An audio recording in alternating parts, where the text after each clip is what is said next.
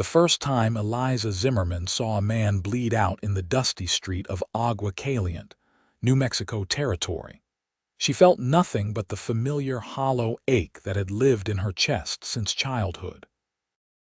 It was 1878, and death was as common as tumbleweeds in this sun-scorched town. But what struck her most was not the violence itself, but rather the widow's wailing that followed, the raw grief of a woman who had loved deeply and lost everything. Eliza turned away from the scene, her hands steady as she carried her basket of mending back to the boarding house where she worked, and she thought what she always thought when confronted with such displays of emotion. Thank God she would never have to suffer that kind of pain, because love was simply not meant for women like her. She had convinced herself of this truth over her 23 years of life. Eliza had been born plain, or so her mother had told her often enough before consumption took her when Eliza was 12. Her father, a failed prospector, had drunk himself to death 2 years later, leaving her to fend for herself in a world that had little use for unmarried women with no beauty to recommend them, and no family to provide a dowry. She had mouse-brown hair that refused to curl no matter how she tried, gray eyes that seemed perpetually tired, and a frame that was too thin and angular to be considered feminine by any standard. The mirror had never been her friend, and the world had reinforced that assessment at every turn. The boarding house where she worked was run by a German widow named Mrs. Greta Hoffman, a stern woman with kind eyes who had taken Eliza in 5 years ago when she arrived in Agua Caliente with nothing but the clothes on her back and a desperate need for employment. Eliza cleaned, cooked, mended, and kept the books, making herself indispensable through sheer competence. The work was hard, the hours long, but it gave her a purpose and kept her fed and sheltered. That was more than many women could claim in the territory. She had watched other women her age marry, bear children, and build lives full of the kind of domestic contentment that seemed as foreign to Eliza as the surface of the moon. She had learned not to want such things, or at least, she had learned to bury the wanting so deep that most days she could pretend it did not exist at all. Love was for pretty girls with sweet dispositions and families with land or money. Love was for women who laughed easily and knew how to flirt without feeling foolish. Love was decidedly not for the plain, practical daughter of dead drunks and disappointed dreams. The day Nathan Ashford rode into town, Eliza was on her hands and knees scrubbing the boarding house floor, her dress soaked with sweat despite the early morning hour. July in New Mexico was merciless, the heat pressing down like a physical weight. She heard the horses before she saw them, the distinctive sound of a small group arriving, and when she glanced up through the open door, she saw 5 cowboys dismounting in front of the general store across the street. One of them was tall, broad-shouldered, with dark hair that touched his collar and a face that even from a distance seemed carved from something more permanent than flesh. He moved with the easy confidence of a man comfortable in his own skin, helping one of his companions with a pack that had come loose. His laughter carried across the street, warm and genuine, and something in Eliza's chest constricted painfully before she forced herself to look away and return to her scrubbing. Cowboys came and went through Agua Caliente regularly. The town was a stopping point for cattle drives heading north, and the boarding house often hosted men traveling through for work or looking to start fresh in the territory. Eliza had learned to keep her eyes down and her interactions brief. Cowboys were rough men, often crude, and she had no interest in their attention even if they had any interest in giving it, which they generally did not. But Nathan Ashford was different, though it took Eliza several days to understand just how different. He came into the boarding house 3 days after his arrival in town, his hat in his hands and a polite smile on his sun-bronzed face. Mrs. Hoffman was out visiting the apothecary for her rheumatism medicine, so Eliza was the one who answered his knock. Up close, she could see that he was perhaps 26 or 27, with eyes the color of aged whiskey and a small scar running through his left eyebrow that somehow made him more attractive rather than less. "Good morning, madam," he said, his voice a pleasant baritone with a trace of a Texas drawl. "I am looking for a room for the next few weeks, possibly longer. I have been told this is a respectable establishment." "It is," Eliza replied, keeping her tone businesslike. "We have one room available. It is $3 a week, which includes breakfast and supper. Laundry is extra." "That sounds fair." He reached into his pocket and pulled out a leather wallet, counting out bills with work-roughened hands. She noticed he was missing the tip of his left pinky finger, an old injury by the look of the healed skin. "May I have your name for the register?" Eliza asked, opening the leather-bound book where they tracked their lodgers. "Nathan Ashford. I am a ranch foreman, or I was. I am looking to buy land in the area, maybe start my own place if I can find the right property." Eliza wrote his name in her careful script, along with the date, July 15, 1878. "Your room is at the top of the stairs, second door on the right. Breakfast is at 6, supper at 7. We ask that you keep noise to a minimum after 9 in the evening and that there be no drinking or gambling on the premises." "Understood, madam." He hesitated, then added, "I did not catch your name." "Eliza Zimmerman. I manage the house for Mrs. Hoffman, the owner." "It is a pleasure to meet you, Miss Zimmerman." He said it with such apparent sincerity that Eliza felt heat rise in her cheeks and had to look away. "I will show you to your room," she said quickly, moving toward the stairs without waiting to see if he followed. His presence in the boarding house changed the rhythm of Eliza's days in ways she had not anticipated. Nathan was unfailingly polite, greeting her each morning with a tip of his hat and a warm "Good morning, Miss Zimmerman." He kept his room neat, was punctual for meals, and often helped carry in firewood or water without being asked. The other lodgers, a quiet bank clerk named Mr. Peterson and an elderly surveyor named Mr. Chen, seemed to like him well enough, and his presence at the dinner table enlivened the usually silent meals with stories of cattle drives and ranch life in Texas. Eliza tried to maintain her professional distance, but Nathan made it difficult. He had a way of asking questions that seemed genuinely interested in the answers, of listening when she spoke as though her words actually mattered. When she mentioned in passing that she enjoyed reading, he brought her a book from the general store the next day, a collection of Longfellow's poetry that must have cost him a fair sum. "I cannot accept this," she protested, trying to hand it back. "It is just a book, Miss Zimmerman. I saw it and thought of our conversation. Please, I would be pleased if you would take it." His eyes were earnest, without a trace of the mockery or pity she might have expected. She took the book, her fingers trembling slightly as they brushed his in the exchange. "Thank you," she managed. "That is very kind. Kindness costs nothing," he said simply. "Besides, I have enjoyed our conversations at dinner. You have got a sharp mind and interesting opinions. It is refreshing." Eliza did not know what to do with such compliments. She tucked the book under her arm and retreated to the kitchen, her heart hammering in a way that felt dangerous and foolish. She reminded herself sternly that Nathan was simply a polite man, that his gestures meant nothing beyond common courtesy.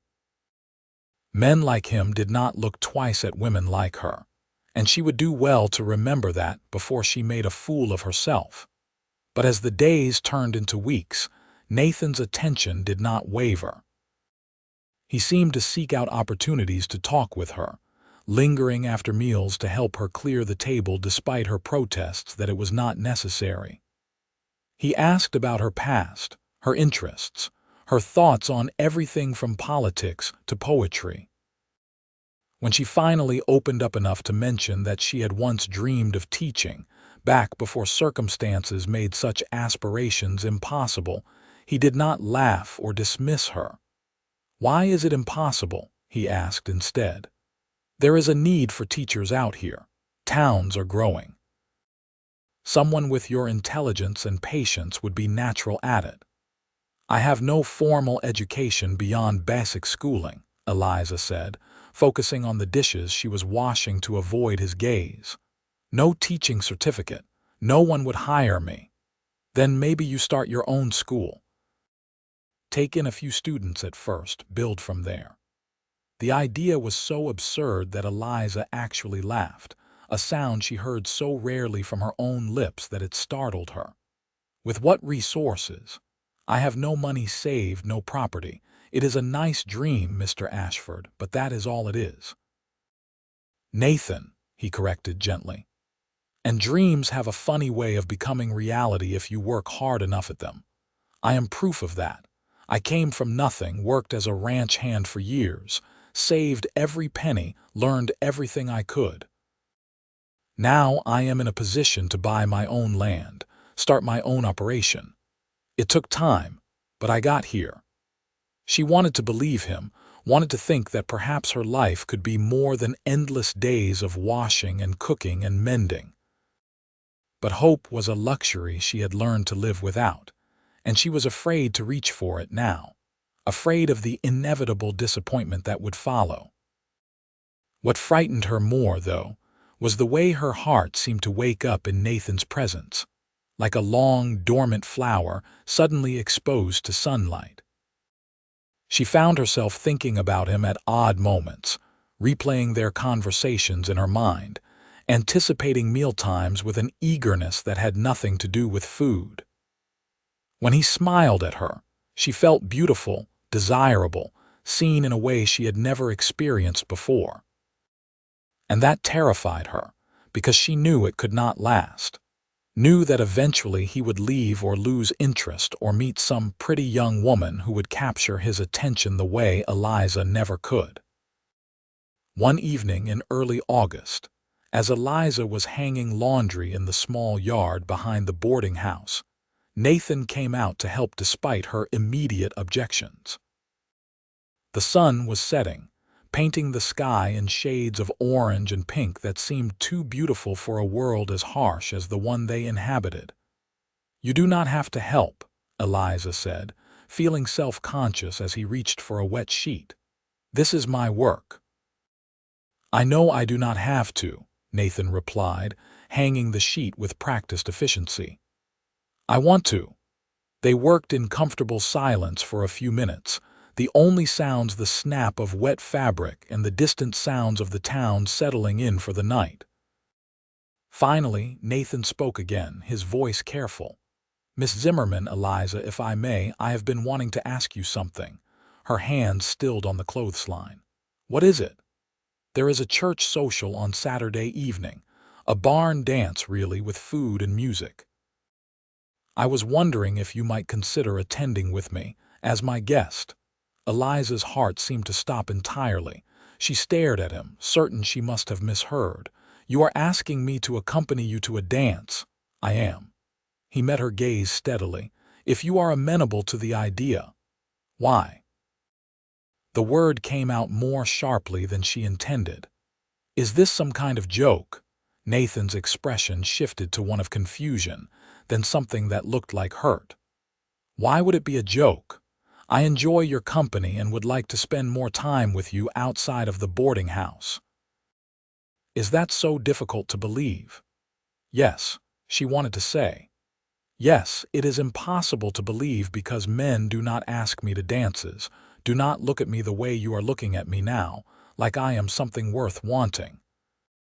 But the words stuck in her throat, tangled up with years of self-protection and learned resignation. "I am not the sort of woman men take to dances," she said finally, her voice barely above a whisper. Surely there are others in town who would be better suited to your attentions. Prettier girls. More appropriate partners. Nathan was quiet for a long moment, and when he spoke, his voice was gentle but firm. Eliza, I do not know what has happened to make you think so little of yourself, but I wish you could see what I see. You are intelligent, capable, and kind. You have a way of seeing straight to the heart of things that I find remarkable, and for what it is worth, I think you are beautiful, though clearly you do not believe that. Tears pricked at Eliza's eyes, and she blinked them back furiously. You do not have to say such things. I am not saying them because I have to. I am saying them because they are true. He took a step closer, close enough that she could see the flecks of gold in his amber eyes. Will you come to the dance with me, please? Every instinct told her to refuse, to protect herself from the inevitable pain that would come when this fantasy collapsed. But there was something in Nathan's expression, something honest and hopeful that made her want to be brave just this once. Yes, she heard herself say, I will go with you.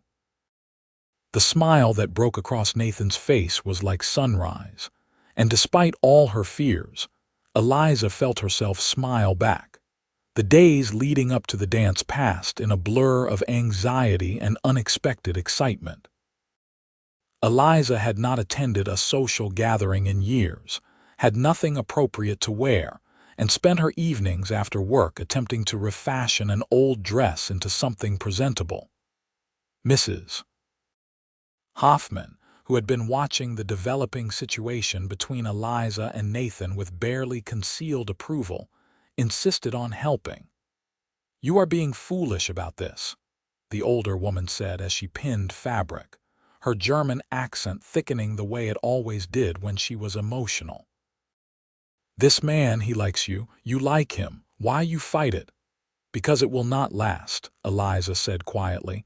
Men like Nathan do not end up with women like me. He is being kind, that is all. Kind, Mrs. Hoffman snorted. A man does not look at a woman the way he looks at you because he is being kind. He looks at you like you are water and he has been crossing the desert. You think I am too old to recognize such things. He barely knows me. Then let him know you better. What have you got to lose? Everything, Eliza thought. I could lose everything by letting myself hope. But she did not say it aloud. When Saturday arrived, Eliza spent longer getting ready than she had for any event in her life. The refashioned dress was a deep blue cotton that brought out what little color existed in her gray eyes. Mrs. Hoffman had helped her arrange her hair in a softer style than her usual severe bun, allowing a few tendrils to frame her face. When she looked in the mirror, she saw someone who was not beautiful, perhaps, but not quite as plain as she had always believed herself to be. Nathan was waiting in the parlor when she came down, dressed in clean trousers and a pressed white shirt that made his tanned skin seem even darker by contrast. When he saw her, he stood immediately, and the expression on his face made her feel like the most beautiful woman in the territory. You look lovely, he said simply. Thank you, Eliza managed, accepting the arm he offered. The barn where the dance was being held belonged to one of the larger ranchers outside town, and by the time Nathan and Eliza arrived in the borrowed wagon, the celebration was already in full swing. Lanterns hung from the rafters, casting warm light over the crowd of townspeople, and ranchers gathered for the rare communal celebration. A small group of musicians played fiddle and guitar in one corner, and couples were already whirling across the swept barn floor in an energetic reel. Eliza felt her courage wavering as they entered. She was acutely aware of the glances thrown their way, the whispered conversations behind raised hands. She knew what they were thinking, what they were saying. What is Nathan Ashford doing with the boarding house drudge? Surely he could do better. As if sensing her discomfort, Nathan leaned close, his breath warm against her ear. Ignore them. They do not matter. I want to be here with you, no one else. His words steadied her, and when he led her onto the dance floor, she allowed herself to follow. Eliza had not danced in years, and never with a partner like Nathan, who was surprisingly graceful for such a large man. He guided her through the steps with patient confidence, and gradually she relaxed enough to enjoy the movement, the music, the warmth of his hand at her waist. Between dances, they shared a plate of food and cups of cool cider. Nathan introduced her to some of the other ranchers he had met since arriving in town, men who were considering selling him portions of their land. He spoke of his plans with an enthusiasm that was infectious, describing the ranch he hoped to build, the cattle operation he wanted to run. "It is not much yet," he said. "Just dreams and numbers on paper, but I can see it so clearly, you know. A good house, productive land, something permanent and real." "It sounds wonderful," Eliza said, and she meant it. There was something compelling about his vision, his belief that the future could be shaped by hard work and determination. "I keep thinking," Nathan continued, his voice dropping lower, "that a place like that would be lonely without the right person to share it with.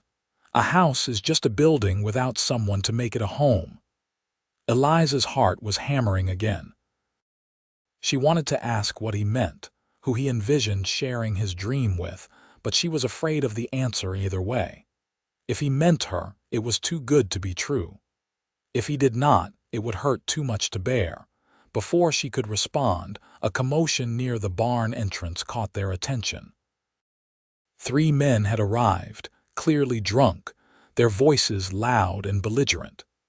Eliza recognized one of them as James Murphy, a ranch hand known for causing trouble in town. He had been thrown out of the saloon more than once for starting fights, and his presence here in this family atmosphere immediately set everyone on edge. "Well, well," Murphy said, his words slurred as his gaze landed on Nathan and Eliza. "Look what we got here. The fancy new cowboy and the boarding house mouse. That is quite a pair." Nathan's hand tightened on Eliza's, and she felt him tense beside her. "Keep walking, Murphy. This is a peaceful gathering. Take your drinking elsewhere." "Or what?" Murphy sneered, moving closer. His companions flanked him, grinning with the mean-spirited amusement of men looking for entertainment in others' discomfort. "You gonna defend the honor of the plainest woman in New Mexico? That is real chivalrous of you, Ashford." The words hit Eliza like physical blows, confirming every terrible thing she had ever thought about herself. She wanted to disappear, to run from the barn and never show her face in town again. But Nathan stepped in front of her, his body a protective barrier between her and Murphy. "Apologize," Nathan said, his voice dangerously quiet. "Now." Murphy laughed, but there was something in Nathan's stance, in the cold fury in his eyes, that made the drunk man hesitate. Several other men had moved closer, including 2 of the ranchers Nathan had been talking with earlier, making it clear that Murphy would not have the advantage even if this turned into a fight. "Wasn't meaning any harm," Murphy said, his bravado faltering. "Just having a bit of fun." "Apologize to Miss Zimmerman," Nathan repeated, not backing down an inch. The barn had gone quiet, everyone watching the confrontation. Murphy's face flushed red, but he must have sensed that he had miscalculated the situation, because after a long moment, he mumbled something that might have been an apology, before allowing his companions to drag him back out of the barn. The music started up again almost immediately, the crowd's chatter resuming, but the spell of the evening had been broken for Eliza. She felt exposed, humiliated, all her worst fears confirmed. Nathan turned to her, concern written across his face. "Are you all right?" he asked. "I would like to leave," she said, not quite able to meet his eyes. "Please." "Of course." The ride back to town was silent, tension thick in the air between them. Eliza stared at her hands in her lap, fighting back tears that she refused to shed. When they reached the boarding house, she moved to climb down from the wagon quickly, eager to escape to her room and the privacy of her own mortification. "Eliza, wait." Nathan caught her hand, his grip gentle but insistent. "Please do not let what that drunk idiot said ruin the evening. He is wrong about you, completely, utterly wrong." "Is he?" The words burst out of her before she could stop them. "Because everyone in that barn was thinking the same thing he said out loud. I saw their faces, Nathan. I know what I am." "What you are," Nathan said firmly, "is a woman who has been told lies for so long that she believes them. But they are lies, Eliza. You are not plain. You are not unworthy. You are not less than any other woman in that barn or in this town." "You barely know me," she protested, even as part of her desperately wanted to believe him. "Then let me know you better. Let me prove to you that what I see when I look at you is real, not kindness or pity or any of the other things you seem to think motivate me." He climbed down from the wagon and came around to her side, looking up at her with such intensity that she could not look away. "I am falling in love with you, Eliza Zimmerman. I did not come to Agua Caliente looking for that, but it has happened anyway, and I will not apologize for it." Eliza felt like all the air had been knocked from her lungs. "That is not possible." "Why not?" "Because you decided love was not meant for you. Who gave you the right to make that decision? Because I sure as hell did not agree to it." His voice softened. "I understand if you do not feel the same way about me. If that is the case, tell me, and I will respect it. But if the only thing stopping you is this belief that you are not worthy of being loved, then I am going to fight that with everything I have got." The tears she had been holding back finally spilled over, running hot down her cheeks. Nathan reached up and gently wiped them away with his thumbs, his touch so tender that it made her heart ache. "I am afraid," she whispered. "I am so afraid of believing you and then losing everything." "I know," he said. "Love is terrifying. It means being vulnerable, risking pain, opening yourself up to loss. But the alternative, living your whole life closed off and alone because you are too scared to try, that is worse than any heartbreak could ever be." Eliza thought about the widow she had seen wailing in the street all those weeks ago, the raw grief that had made her grateful for her own emotional isolation. But she also thought about all the years of that woman's life before that moment, years filled with love and partnership and connection. Was the pain of loss not worth the joy of having had something precious to lose? "I do not know how to do this," she said. "I do not know how to be someone who is loved." "Then we will figure it out together," Nathan said, "if you are willing to try." She looked down at him, this man who had somehow seen past all her defenses to something she had not even known existed within herself, and she made a choice. It felt like stepping off a cliff, terrifying and exhilarating in equal measure. "Yes," she said, "I am willing to try." Nathan's smile was brilliant even in the darkness. He helped her down from the wagon, and there on the quiet street with the stars blazing overhead, he kissed her for the first time. It was gentle and sweet, full of promise, and Eliza felt something hard and frozen in her chest finally begin to thaw. The weeks that followed were unlike anything Eliza had ever experienced. Nathan courted her with a patience and determination that gradually wore down her defenses. He took her on walks through the desert in the early evening when the heat had lessened, showing her the stark beauty of the landscape she had lived in for years without truly seeing. He brought her wildflowers that somehow survived in the harsh soil, tied with bits of twine because the general store did not carry ribbon. He read poetry aloud to her in the boarding house parlor, his deep voice making the words come alive in ways she had never imagined. But more than the romantic gestures, It was the small daily kindnesses that changed her. The way Nathan always made sure she had the best portion at meals. The way he listened when she talked about her day, remembering details and asking follow-up questions. The way he looked at her, like she was precious and remarkable, until she began to see herself through his eyes and believe, just a little, that maybe he was right. Mrs. Hoffman watched the romance blossom with undisguised satisfaction, giving them privacy when she could and offering Eliza advice drawn from her own long marriage to her late husband. "Love is work," the older woman said one afternoon as she and Eliza prepared supper. "It is not all poetry and flowers, though those are nice too. It is choosing each other every day, even when it is hard. Even when you are tired or angry or scared, you choose each other and you build a life from those choices." "What if I am not strong enough?" Eliza asked. The fear was still there, lurking beneath her growing happiness. "What if I disappoint him?" "Then you disappoint him. People disappoint each other all the time. That is life. What matters is that you keep trying, keep working, keep choosing love even when it is difficult." Mrs. Hoffman paused in her chopping to fix Eliza with a stern look. "You have spent so much of your life believing you were not enough. Maybe it is time to trust that someone else sees the truth about you better than you see it yourself."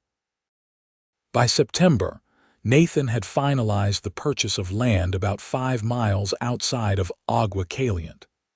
It was a decent piece of property with access to water and enough grazing land to support a modest cattle operation. He spent his days working on the property, clearing brush and beginning construction on a simple house, and his evenings with Eliza. One cool evening, as they sat on the boarding house porch watching the sunset, Nathan took her hand. "Come with me tomorrow," he said. "I want to show you the land, get your thoughts on the house I am building." "My thoughts?" Eliza was surprised. "I know nothing about building houses or running ranches." "But you will be living there," Nathan said, his voice suddenly nervous in a way she had never heard before. "At least, I hope you will be. Eliza, I am doing this all wrong. I meant to make this more romantic, maybe wait until the house was finished, but I cannot hold it in any longer." He shifted to face her more fully, still holding her hand. "I love you. I have never been more certain of anything in my life. Will you marry me? Will you build this life with me?" Eliza's breath caught. A part of her still could not quite believe this was real, that this good man truly wanted to spend his life with her. But a stronger part, the part that Nathan had helped her find and nurture, knew the answer without hesitation. "Yes," she said, her voice shaking with emotion. "Yes, I will marry you." Nathan let out a whoop of joy that brought Mrs. Hoffman rushing to the door, and when she saw them embracing, she started crying and laughing simultaneously. The elderly Mr. Chen and Mr. Peterson emerged to see what the commotion was about, and soon they were all celebrating on the porch with Mrs. Hoffman insisting on breaking out a bottle of elderflower wine she had been saving for a special occasion. They were married 6 weeks later in the small Catholic church in Agua Caliente, on a bright October morning when the heat had finally broken, and the air held a hint of the coming winter. Eliza wore a simple white dress that Mrs. Hoffman had helped her sew, and Nathan wore a new suit that made him look almost uncomfortably formal, though his smile was pure joy. The church was more full than Eliza had expected. Mrs. Hoffman sat in the front row, weeping openly. Several of the ranchers Nathan had become friends with attended, along with their wives. Even some of the boarding house's regular customers and townspeople who had come to know Eliza over the years made an appearance. As she walked down the aisle alone, having no father to give her away, she realized with a start that she was not as invisible as she had always believed. These people knew her, and if their smiles were anything to judge by, they were genuinely happy for her. Nathan watched her approach with such love in his eyes that Eliza felt beautiful for perhaps the first time in her life. When she reached him, he took her hand and whispered, "You are radiant." The ceremony itself was simple and brief, conducted by Father Martinez in a mix of English and Spanish. When Nathan slipped a simple gold band onto her finger, Eliza felt the last of her old self, the woman who believed love was for others, finally slip away. She was someone new now, someone loved and chosen, and the future that stretched before them seemed full of possibility. They spent their wedding night in the boarding house, Mrs. Hoffman having insisted on preparing the nicest room specially for them. Nathan was gentle and patient, and if Eliza was nervous about the physical intimacy of marriage, his tenderness made it easier than she had feared. They lay together afterward, her head on his chest, listening to the steady rhythm of his heartbeat. "Are you happy?" Nathan asked, his fingers trailing through her hair. "I did not know I could be this happy," Eliza admitted. "Sometimes I am still afraid I will wake up and find this was all a dream." "Not a dream," Nathan assured her. "This is real. You and me, we are real, and tomorrow we start building our life together." The ranch house was not finished yet, so they remained at the boarding house for another month while Nathan completed the construction. Eliza continued her work there, though Mrs. Hoffman insisted on paying her more now and giving her more time off to spend with her new husband. The older woman had also announced that she was training a young woman from town to eventually take over Eliza's duties, knowing that once the ranch house was ready, Eliza would be needed there. When they finally moved into their new home in late November, it was modest but sturdy, 3 rooms with a good stone fireplace and windows that let in the light. Nathan had built a separate kitchen house a short distance from the main structure, as was common in the territory, to keep the heat from cooking outside during the brutal summer months. The land stretched out around them, empty and full of potential. Those first months of marriage were not without challenges. The work of building a ranch from nothing was backbreaking and endless. Nathan was up before dawn every day, working with a small crew of hired hands to build corrals and outbuildings, to repair fences and prepare for the cattle he planned to purchase in the spring. Eliza learned to cook over an open fire, to tend a vegetable garden in soil that seemed determined to reject anything green, to manage a household with limited resources and supplies that had to be brought in from town.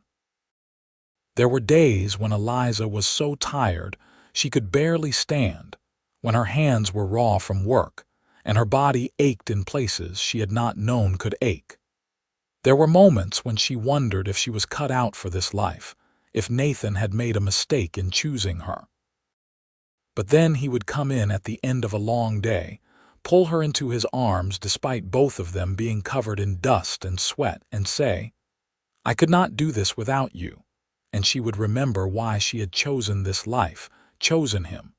Winter brought its own hardships. The house was warm enough with the fireplace going, but supplies had to be carefully rationed, and the isolation of the ranch was more pronounced when travel to town became difficult due to occasional snowstorms. But there was also a sweetness to those long winter evenings, just the two of them, talking and reading and learning each other in ways the busy days did not allow. Nathan told her about his childhood in Texas, the poverty he had grown up in, the father who had worked himself to death trying to provide for his family. He spoke of his determination to build something better, to create security and stability so that his own children would never know the kind of want he had experienced. Eliza, in turn, opened up about her own painful past, the mother who had been disappointed in her plain daughter, the father who had drank to escape his failures and left her alone in the world far too young. She talked about the years of feeling invisible, of convincing herself that loneliness was safer than hoping for something better. I wish I could go back and tell that lonely girl what was waiting for her, Nathan said one night as they lay in bed, the fire casting dancing shadows on the walls. I wish I could tell her that she was going to be loved, that she was going to have a home and a husband who adored her. She would not have believed you, Eliza said, snuggling closer to his warmth. I barely believed it when it was actually happening. You believe it now. She thought about the question, about how much had changed in the past months. Yes, she said finally. I believe it now. I believe in us. Spring came slowly to New Mexico, but when it arrived, it brought new life and new challenges. Nathan purchased a small herd of cattle, longhorns that were hardy enough to survive on the tough desert grass. Managing them was grueling work, and there were days when problems seemed to multiply faster than solutions. A section of fence would collapse. Cattle would wander off and need to be rounded up. One of the hired hands quit without notice, leaving them short-handed at a critical time. But there were also moments of triumph. The first successful calving season, where they did not lose a single calf. The vegetable garden finally producing, providing fresh food after months of dried and preserved provisions. The day Nathan came in from town with the news that one of the bigger ranchers wanted to buy some of their cattle, their first real sale. In early summer, Eliza began to suspect she might be pregnant. She waited a few more weeks to be certain, and then another week to figure out how to tell Nathan. She finally decided to just say it plainly one evening after supper. I think I am going to have a baby, she said, her hands twisting in her apron. Nathan froze, the dish he had been drying suspended in midair. Then slowly, carefully, he set it down and turned to face her. You are sure? As sure as I can be without seeing a doctor. All the signs are there. His face went through several emotions in rapid succession: shock, joy, fear, and finally a smile so wide it looked like it might split his face. We are going to have a baby, he said, as if testing the words. Then louder, we are going to have a baby. He crossed the space between them in 2 strides and lifted her off her feet, spinning her around before apparently remembering her condition and setting her down very gently. Sorry, I should not have done that. Are you all right? Should you be standing? Do you need to sit down? Eliza laughed at his sudden nervousness. I am fine. Pregnant women do not break that easily. Still, you should take it easy. No more heavy lifting. I will hire someone to help around the house. We cannot afford that, and I am perfectly capable of continuing my normal work for months yet. But Nathan was adamant, and within a week, he had hired the daughter of one of his ranch hands, a cheerful 16-year-old girl named Maria, to come help with the heavier housework 3 days a week. Eliza protested the expense, but secretly she was grateful for the help, especially as the pregnancy progressed and she tired more easily. The pregnancy was not easy. The heat of summer was oppressive, and Eliza struggled with nausea that lasted well past the first few months. She felt ungainly and uncomfortable, worried constantly that something would go wrong. Nathan was attentive to the point of being overprotective, rushing to help her with the smallest tasks, insisting she rest more than she felt was necessary. You are going to drive me mad with all this hovering, Eliza finally told him one evening when he had jumped up for the 3rd time to fetch her something she was perfectly capable of getting herself. I am just worried about you, Nathan said. About both of you. I know, and I love you for it, but you need to trust that I know my own limits. I will ask for help when I need it, I promise. But I am not made of glass. It was a difficult balance, learning how to let him care for her while maintaining her own sense of capability and independence. But they worked through it, as they worked through everything, with patience and communication and a bedrock certainty that they were in this together. Mrs. Hoffman came to visit in late fall, bringing supplies and good wishes. She took one look at Eliza's swollen belly and immediately started making plans to come stay with them when the baby was due. "You will need help," she insisted, "and someone who knows what they are doing. I delivered 4 of my own and helped with a dozen others. You will not go through this alone." True to her word, Mrs. Hoffman arrived at the ranch in early January, just in time. Eliza went into labor on a cold night when the wind howled outside and the fire in the hearth seemed to barely keep the chill at bay. The labor was long and difficult, and there were moments when Eliza was certain she could not endure another contraction, could not find the strength to push one more time. But Mrs. Hoffman was there, steady and calm, coaching her through each stage. And Nathan, though he had been banished from the bedroom during the actual delivery as was proper, was nearby, his presence a comfort even when she could not see him. As dawn broke, painting the sky in shades of pink and gold, Eliza gave birth to a healthy baby boy. When Mrs. Hoffman placed the squalling, red-faced infant in her arms, Eliza felt a rush of love so powerful it was almost frightening. This tiny person, part her and part Nathan, was depending on them for everything. It was terrifying and wonderful in equal measure. Nathan was allowed in finally, and the look on his face when he saw his son for the first time made Eliza's heart overflow.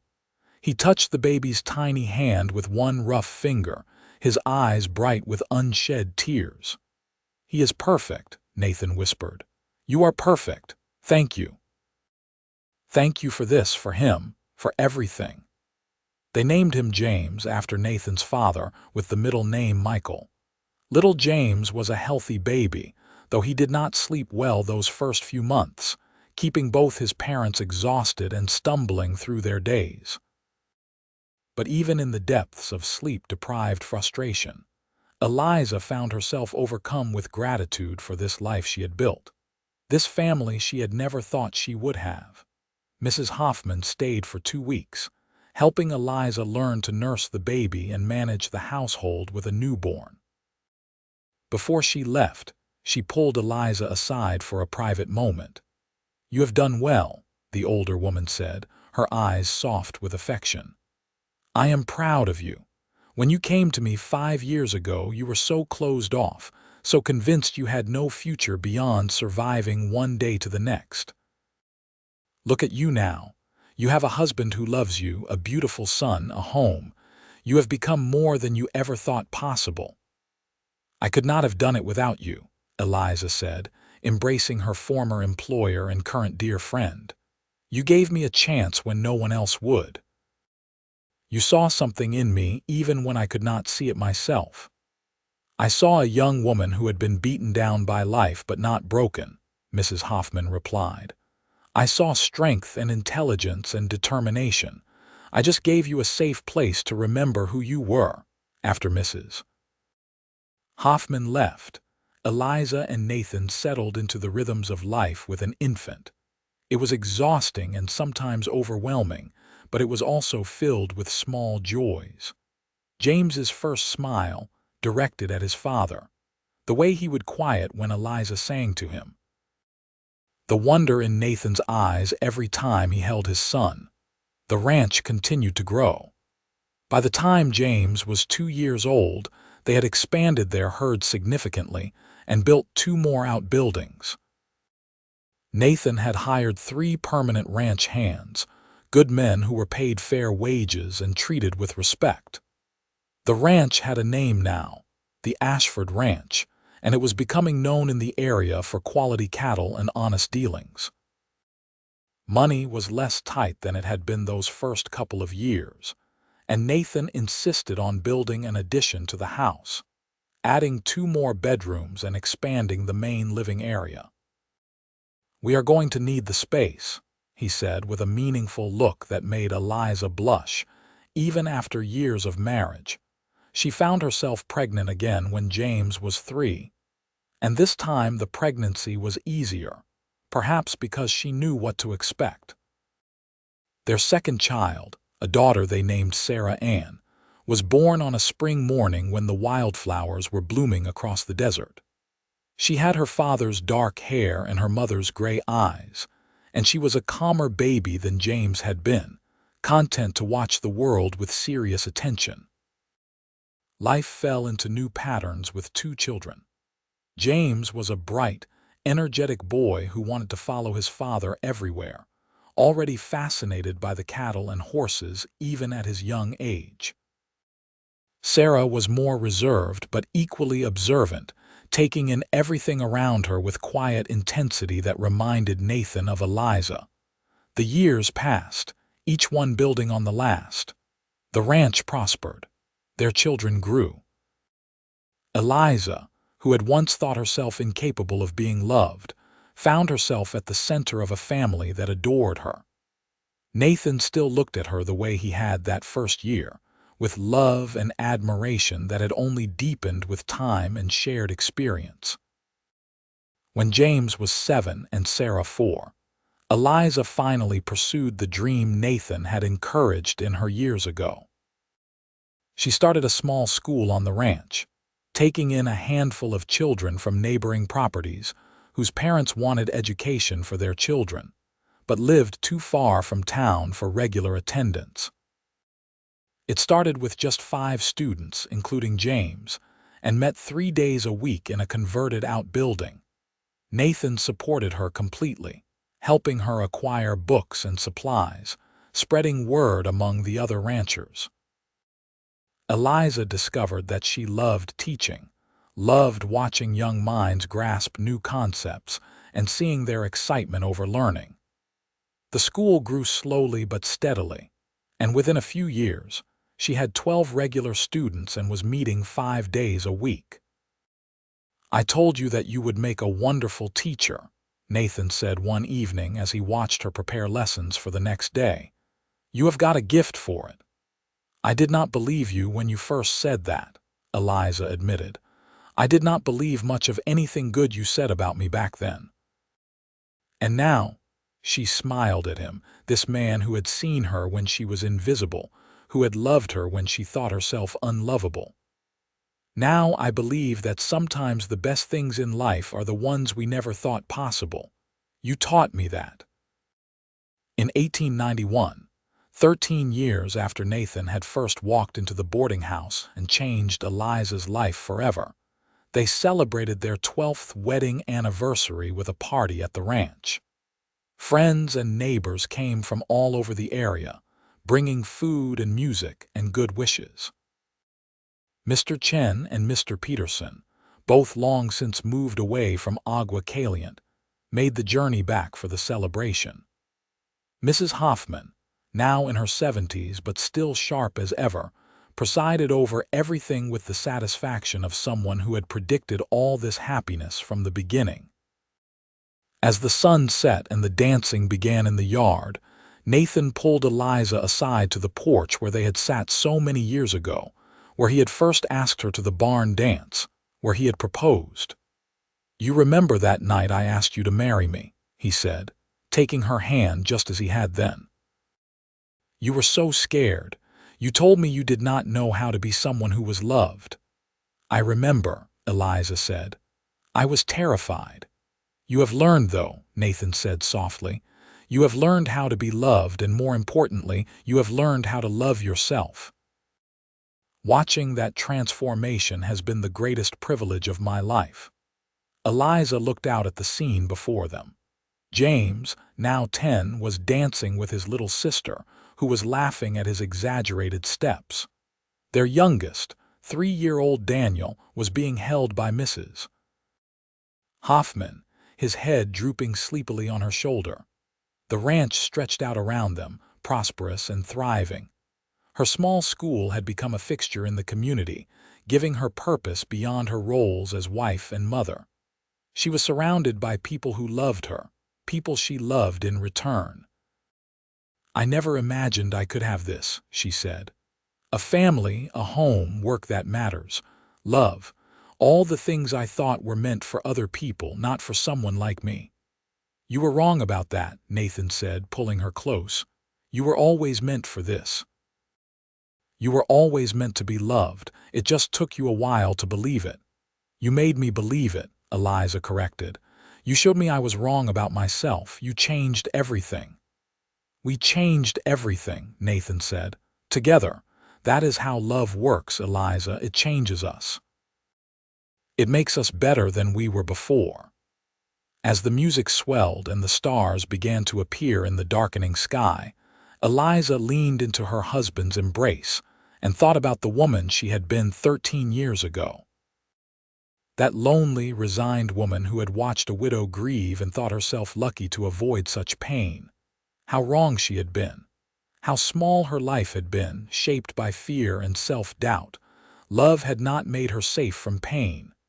There had been hard times, losses, disappointments. But love had made her brave. It had made her whole. It had given her a life richer and fuller than any she could have imagined in those dark days before Nathan Ashford rode into Agua Caliente and saw her, truly saw her, for the first time. "Dance with me," Nathan said, leading her off the porch and into the yard where their friends and family were celebrating. As they moved together under the stars, Eliza reflected on the truth she had learned through the years. Love was not just for others. It had always been meant for her too. She just had not known it yet, had not been ready to believe it. But Nathan had been patient. He had shown her day by day that she was worthy of being cherished, that her heart was not too damaged to give and receive love, that her life could be more than mere survival. The ranch school continued to thrive, eventually expanding to accommodate 20 students from all over the region. Eliza hired an assistant teacher as the enrollment grew, a young woman who reminded her of herself at that age, uncertain and underestimated. She mentored the girl the way Mrs.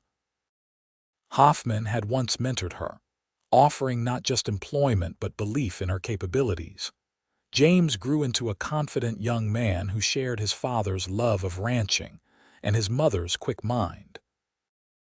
At 16, he was already taking on significant responsibilities around the ranch, showing a natural aptitude for the work. Sarah, now 13, was quieter but no less capable. She had inherited her mother's love of books and learning, and she talked of becoming a teacher herself one day. Young Daniel, at 9, was still finding his path, but he showed promise with the horses that made Nathan predict he would become an excellent horseman. In 1896, Mrs. Hoffman passed away peacefully in her sleep at the age of 79. Eliza grieved deeply for the woman who had been mentor, employer, and dear friend. At the funeral, she spoke about how Mrs. Hoffman had saved her life by giving her work and dignity when she had nothing, how she had watched her romance with Nathan unfold with such joy, how she had been a grandmother figure to her children who had adored her. "She believed in people," Eliza said, her voice breaking. "She believed in me when I did not believe in myself. She saw potential where others saw only limitations. The life I have built, the happiness I have found, began the day she took a chance on a desperate young woman with no references and no prospects. I will never forget that gift." Nathan held her hand through the service and the burial, and that night as they lay in bed he said, "She would be so proud of you, of everything you have become." "I hope so," Eliza whispered. "I hope she knew how much she meant to me, how grateful I was." "She knew," Nathan assured her. "You told her many times over the years, and more than that, you showed her. You honored her gift by building a good life, by passing on her kindness to others. That is the best tribute you could have given her." The turn of the century brought changes to the territory. New Mexico was modernizing, with railroads extending their reach and new towns springing up seemingly overnight. Talk of statehood was constant, though it would be years yet before that dream became reality. The Ashford Ranch adapted to the changing times, adding new breeds of cattle and experimenting with new ranching techniques. In 1902, James married a lovely young woman named Catherine from a neighboring ranch, and the following year, they gave Nathan and Eliza their first grandchild, a boy they named Nathan Michael after his grandfather and great-grandfather. Holding her grandson for the first time, Eliza was overcome with emotion at the continuation of the family line, at the love that multiplied across generations. "We started all this," she said to Nathan as they admired their grandson. "That night you asked me to a dance, we set all of this in motion. This child exists because you saw something in me worth loving." "No," Nathan corrected gently. "This child exists because you were brave enough to accept that love, to believe you deserved it. You gave yourself permission to hope for more than survival. That took courage, Eliza. That took strength." Sarah eventually did become a teacher, opening her own school in Agua Caliente when she was 21. She had inherited her mother's passion for education and her father's determination, and her school quickly gained a reputation for excellence. Daniel, true to his father's prediction, became a skilled horseman and eventually started a business breeding and training horses on a portion of the ranch Nathan and Eliza deeded to him. As the years passed and their children built their own lives, Nathan and Eliza found themselves entering a new phase of their relationship. With the children grown and the ranch running smoothly under a capable foreman, they had more time for each other, for quiet evenings reading by the fire, for long walks across the land they had built a life on. Nathan's hair had gone mostly gray, and his hands bore the scars of decades of hard work. Eliza's face showed the lines of age and sun, but her eyes were bright with contentment. They were no longer young, but their love had only deepened with time, seasoned by shared joy and shared sorrow, by the thousands of small choices they had made to keep choosing each other. One evening in 1908, as they sat on the porch watching another sunset paint the New Mexico sky in brilliant colors, Nathan said, "Do you remember what you told me when we first met, that you were not the sort of woman men take to dances?"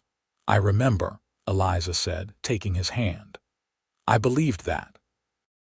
I believed a lot of foolish things back then." "I am grateful you let me prove you wrong," Nathan said. "I am grateful for every day I have had with you, for this family we have built, for this life we have shared." "So am I," Eliza said. "You know, I used to think that loving someone meant risking unbearable pain. I saw a woman grieving her husband in the street one day, and I was glad I would never have to feel that kind of loss because I would never have that kind of love. I thought I was protecting myself. And now I understand that love is worth the risk. Every moment of joy, every shared triumph and weathered storm, every laugh and tear and ordinary day, all of it is worth the eventual pain of loss. Because the alternative, a life without love, without connection, that is the real tragedy. I was dying before I met you, Nathan. I was just going through the motions, surviving but not living. You gave me life." "We gave each other life," Nathan said. "That is what love does. It transforms us, makes us more than we were alone. You changed me too, Eliza. You made me believe that building something good was possible, that I could have a family and a home and not just endlessly chase the next job, the next opportunity. You gave me roots when all I had known was drifting." They sat in comfortable silence as the sun completed its descent, and the stars began their nightly appearance.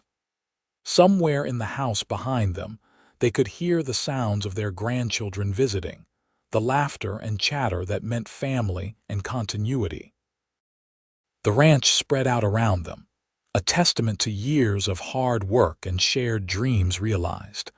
Eliza thought about the journey that had brought her here, from that lonely, resigned woman in the boarding house to this moment of perfect contentment. It had not always been easy.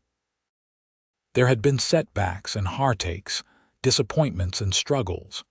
But there had also been love, steady and true, and that had made all the difference. She had spent so many years believing that love was for others, that women like her were meant for different, smaller lives. But Nathan had shown her the truth. Love had always been meant for her too. She had just needed someone patient enough to wait while she found the courage to believe it, to reach for it, to let herself be transformed by it. And in accepting that love, in allowing herself to be seen and cherished and chosen, she had discovered a strength she never knew she possessed. She had built a life that mattered, raised children who were good and capable, created a home that was full of warmth and laughter. She had taught dozens of children, giving them the education and encouragement she wished she had received at their age. She had been a friend, a wife, a mother, a grandmother, a teacher. She had been loved and she had loved in return, and that had made all the difference.